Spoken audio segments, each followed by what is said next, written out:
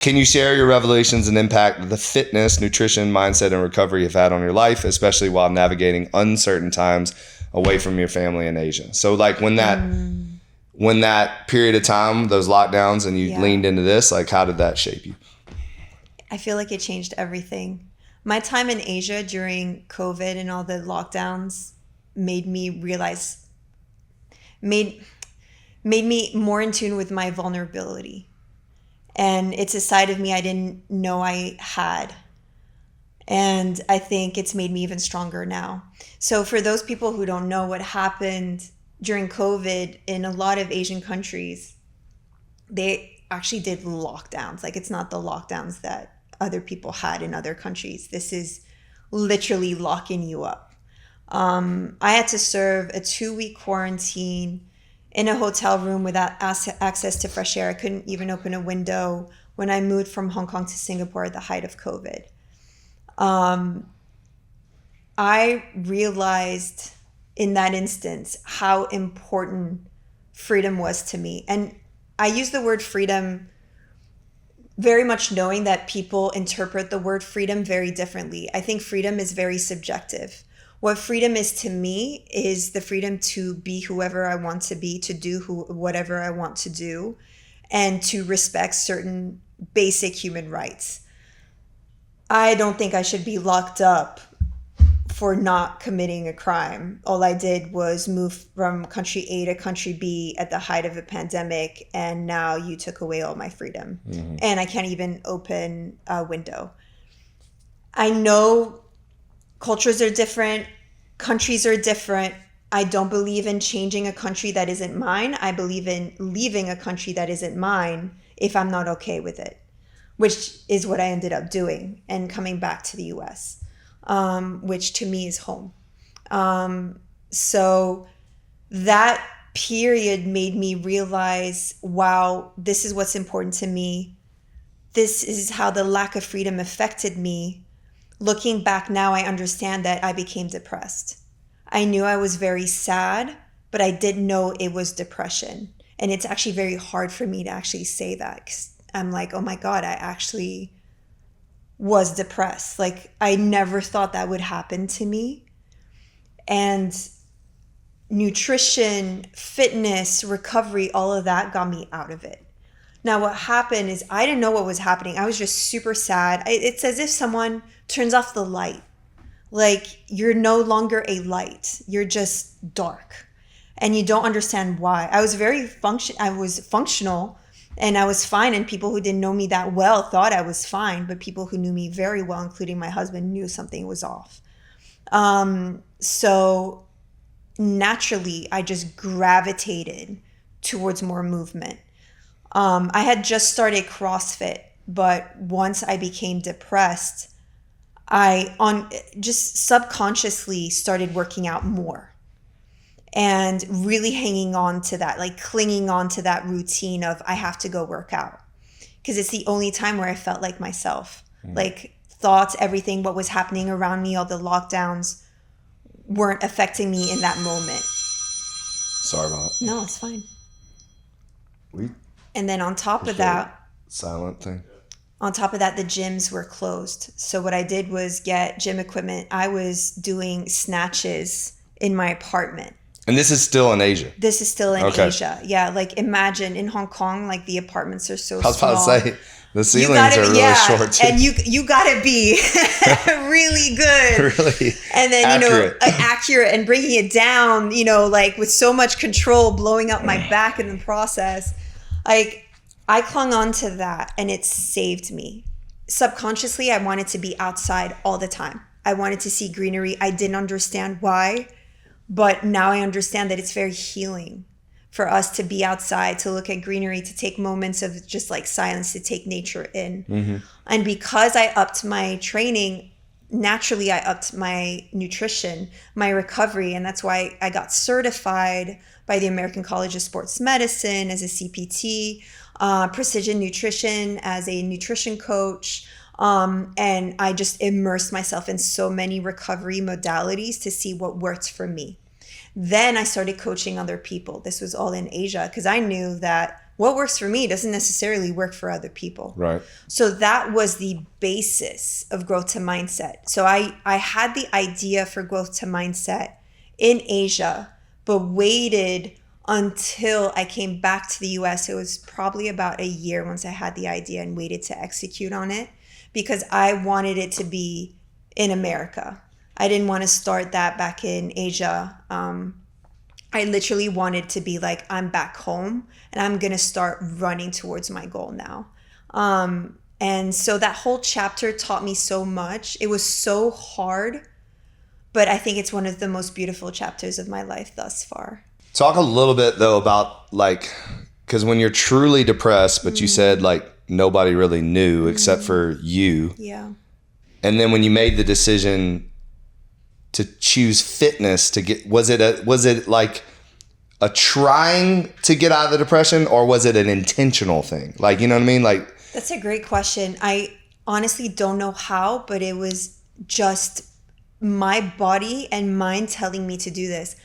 This is why, to be honest, I felt such a surge of confidence in myself since then, because I know that my mind and my body were trying to heal me. What was your, sorry to cut you off, but ahead. what was your relationship to fitness before that? So I've always been active. I played college basketball, up in Canada, but with investment banking, you just are tied to your desk all the time. So at the time I put on weight, I wasn't as active as before. And of course, with the stress of work, it was so much. And then when I moved to Asia, I thought, okay, I think it's time to make some changes now. I was pushing 30. I was like, okay, something needs to change. And I want to look like I work out. I want to be healthy from the inside out, but I also want to look like I work out. So I remember the pure coincidence. My husband and I, it was probably like a Sunday, we were watching Netflix. And at the time there were these documentaries on Netflix, the CrossFit documentaries, like Fittest on Earth. We're like, what the heck is this? We put it on. I was blown away to the point where at the end of the first one, I picked up my husband's golf club.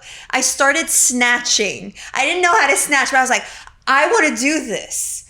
And then, because that looks like the hardest thing you can do on earth. To me, that was like, what the heck is this? It definitely does look like the hardest thing on earth. It's on really hard. So I was like, okay, well, why don't I do the hardest thing ever, that what I think is the hardest thing ever, in order to become the fittest version of myself? And so I started CrossFit in August 2018 in Hong Kong at this awesome gym called CrossFit Asphodel. It's like I drank the Kool-Aid after the first, they called it on-ramp, where they kind of teach you the foundational movements first before putting you in a class, because it's quite technical. After the first one, I told my husband, that's it. I am high on life right now. I want to do this. And then 2-3 months later, I was having dinner with a friend of mine who's also a nutrition coach. And I told her, I don't understand. It's been 3 months of doing CrossFit. Why don't I have muscles? I don't understand. I'm working really hard. She's like, it's what you're eating. I told her how I was eating. And back then, people were talking about vegan this, vegan that. So once in a while, I would have a vegan burger and all that stuff, which now I will never touch. Oh, God. Yeah, so bad. Basically, I wasn't eating enough protein. Yep. So I already knew what you were going to say before you said it. Of course. I mean, you're a trainer, so you know. So at the end of the day, she's like, I'm going to work with you. And I became her first client because she had just transitioned over. Her name is Beth Wright. She changed my life. She taught me the basics, and I fell in love with the whole process. And I'm like, why was I not taught this in school? Honestly, why was I not taught this in school? Why is it that I went through years in school of disliking my body because I never looked like anyone? I'm tall and I'm thick. That's just who I am. I look sick at 80 kilos, which is what, 100, gosh, I'm so bad in pounds. 160? I think a little around bit more. 166 or something like that. Because it's Something like 2.2 pounds to 1 kilo. So that makes sense, right? Something around there. I look sick at 80 kilos. Sick. And so how tall are you? I'm 6 foot tall. Oh, amazing. So I'm just naturally thick. I'm big bone. I carry lots of weight. And so back then growing up, I did not look like anyone. And back then you had to look skinny, like Britney Spears and all this stuff, which I never could look like. And I, to be frank, now don't want to. Everyone looks beautiful the way they are. Yes. So I wish I had known all this, because if I had known what my body needed, I would have put the focus more on, I don't care what my body looks like. I'm giving it what it needs. Because back then I was not eating good enough. Like, I wasn't eating enough as a teenager. At one point, I think it was one summer, I was like, I'm sick of not having a flat stomach. So I would skip dinner every day. Like, how sad is that? My poor body, I was not giving my body the basis of everything in life. Like, my body enables me to do amazing things, including hugging my loved ones. Mm-hmm. I was not giving that love back to my body. So I wish, and this is something that I actually want to do through Growth to Mindset, I actually want to help educate kids as early as possible on, this is what your body needs. This is science. Right. Don't question it. This is what your body needs. How you feel about your body is completely up to you. But I truly, truly feel like these body image issues will be decreased the more we actually educate people and kids on what their body needs. Well, the first thing we got to do is get rid of the food pyramid. That would be nice. We got to flip it upside down. That would really be nice. Yeah, exactly. And the whole basis of Growth to Mindset is to help brands in the wellness and sports and fitness realm grow. For me, the more brands in that realm that are growing, the more options everyone has to be the best version of themselves. They'll be like, okay, there's company A through Z that are offering these services for my wellness, whether it be mental, whether it be physical. They're growing. That's amazing. I want to use this and this and this to become the best version of me. That's the basis of Growth to Mindset. I want to help these brands grow so people grow. Hence the Growth to Mindset, which is growth squared. Love it. Love it.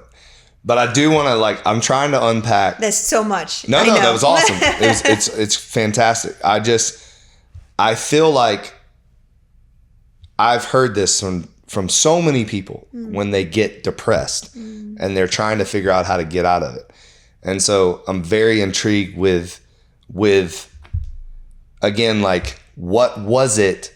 Was it by chance that fitness, or was it intentional? You see what I'm saying? Because I think people need to hear how you got out of depression. And not just I started to work out, but the moment where it shifted, I think is very important, because it doesn't happen overnight, right? It doesn't. And so people need to hear that maybe it took you, these kind of steps. So kind of dive into that just a little bit. I think it'd be very impactful for people to hear. It took me 2 years. Okay. See, that's exactly, I knew it, that this was not because, and again, with all due respect, when how it sounded was I was depressed, then I started to work out and I was fine. That's I wish. And yeah, exactly. But I knew that wasn't the case. So kind of talk about that 2-year experience of getting out of depression and the commitment, in my opinion, is what I'm hearing out of context. But what I'm hearing is the commitment that you made to yourself to keep going. Yeah. Because that's really what it takes. Honestly, in the beginning, it started with just my body craving things. And I just leaned into it. The whole movement, the whole nature. Music was a big thing for me. I've always put big headphones on and blasted music. What's your go-to? Honest, you're going to laugh. Classical music. No, I'm not going to laugh. It's like... Oscar will tell you, I be jamming out to classical all the time. It's beautiful. I can be stressed out. No, it's amazing. Oh, it's the most beautiful thing. And then that's when it's really bad. Okay. But then R&B, old school R&B is my deal. R&B, 90s. Right. Which is why Growth to Mindset, the whole branding is all 90s hip hop and R&B. Okay. All right. Yeah. To me. Have you been to Phuket? To where? Phuket. No. It's all 90s R&B. It's you've been there, right? No, I gotta take you. Is this a late night thing? Because I go to bed at 9 p.m. No, I mean it's an Asian. She's gonna kill me, but Annie. Shout out to Annie. Yeah. Her restaurant's right over here. Yeah. It's in Little River. It's amazing, delicious. It's Asian something. You know how they do Asian those fusion. Asian fusion, whatever. But they play nothing but 90s hip hop. So that's what it made me think. I love. Yeah. When you would like it. The ambiance. Take your husband. It's I need to go because for me, 90s hip hop and R&B, like the beats are so simple. The rhymes are so simple, but so impactful. It's like poems. And now, don't get me wrong, I still jam to like music from nowadays, but it doesn't hit the same. Like if you listen to Common, oh my God, that guy's like, he's a poet. One of my favorite songs, The Light. Oh, that's beautiful. It's such a beautiful song. Like, yeah. So for me, it's like coming back to basics. So again, like to get out of this depression era, for lack of a better word, I came back to basics, whether it be music, whether it be nature, whether it be movement. And this honestly came out of just listening to my body. And I think, I don't know who I have to credit for this. I keep thinking it's my dad. My dad is a sink or swim kind of guy, and boy did he swim throughout his entire life. He got out of bad situations and did everything to give his kids everything that he didn't have. And he's one of the biggest fighters I'm getting emotional. It's okay. He's the strongest person I know. And so I feel like, I don't know if it's genetic, I don't know if it's environmental. He always told me too that no one can take anything that's in between your ears. What you have, no one can take. And I feel like that's a sink or swim moment. Like all you have is yourself type of deal. Mm-hmm. So I feel like that was ingrained in me, and I don't know if it's genetic, and I don't know. But I think at a certain moment, it got so bad after that quarantine that I was like, you have to take control now. Like, you have to figure this out. Otherwise, no one's going to help you. And it's not for lack of support. I have plenty of support, but I truly believe that ultimately, even if you have support, the only person you can count on to get yourself out of a shitty situation is yourself. Mm-hmm. You cannot depend on other people to pull you out of something. And so I just listened to my body. I have no clue how honestly, if I had the answer, I would give it. But you stayed with it. I stayed with it. And that is the answer, in my opinion. It's the fight. It's the every single day you obviously showed up for yourself. Yeah. And didn't allow what was was happening between the ears. Yeah. It's that conversation we have with ourselves every single day. Yeah. And obviously you were speaking life into yourself. Otherwise you wouldn't have made it. It's funny when you say that so clearly. Yes, it's true. And I felt like I was fighting every day, but I knew that the real Diane was still in there. And all I had to do was literally get rid of the crap. It felt like you're underneath earth, right? Like someone basically dug a hole, put a bunch of earth on you, and you can't see the light. And I was literally trying to dig out. But believe me, once I dug out of that hole, I'm running like I stole something.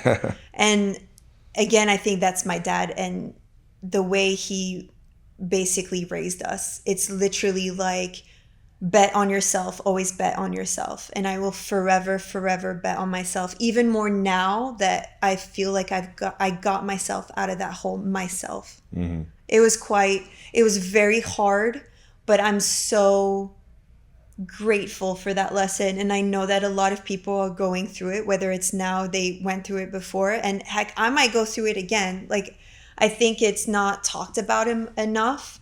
I myself felt like it's not something that would happen to me. It's something that happens to others. But no, like honestly, it can happen to everyone. And I do think that the world we live in doesn't make it easier for someone to get out of it. Mm. Like, think about our phones. We're so disconnected from each other and from ourselves. Like, who is comfortable now sitting in a chair doing nothing, being with your thoughts? That's why, like, for example, in the gym, when there's like a long endurance piece where I have to be on the rower for a long time or whatever, I will never, ever put headphones on. I want to sit with my thoughts. Because if you are not comfortable listening to your thoughts, you got an issue. And it's hard to get rid of that issue because it means you're super uncomfortable, and my heart goes out to you because that's really freaking hard. Yeah, some of my best My best thinking moments are in the sauna by myself, no music, no nothing. No phone. No phone. Just, I can't stand people that bring the phone into the sauna. It drives me nuts. It's also bad for the phone. And it's bad for the phone. It's bad for and they're scrolling the whole time. I'm like, could you just enjoy the sauna, please? Yeah. So, yeah. But to be frank, I'm one of those people. Sometimes I will bring it in and I have to tell myself, no, stop looking at it. Like, we are so consumed by so much info all the time. All day long. And I've fallen victim to it. And I get mad at myself. I'm like, why am I scrolling? I could have used those 10 minutes to do something really good for myself, like take a walk, right? Or actually notice trees or notice the plants that are in my garden. Like, just stuff that we are actually wired to do. And we're so far from what we are wired to do and what actually heals us. And that's why I think we see so many issues.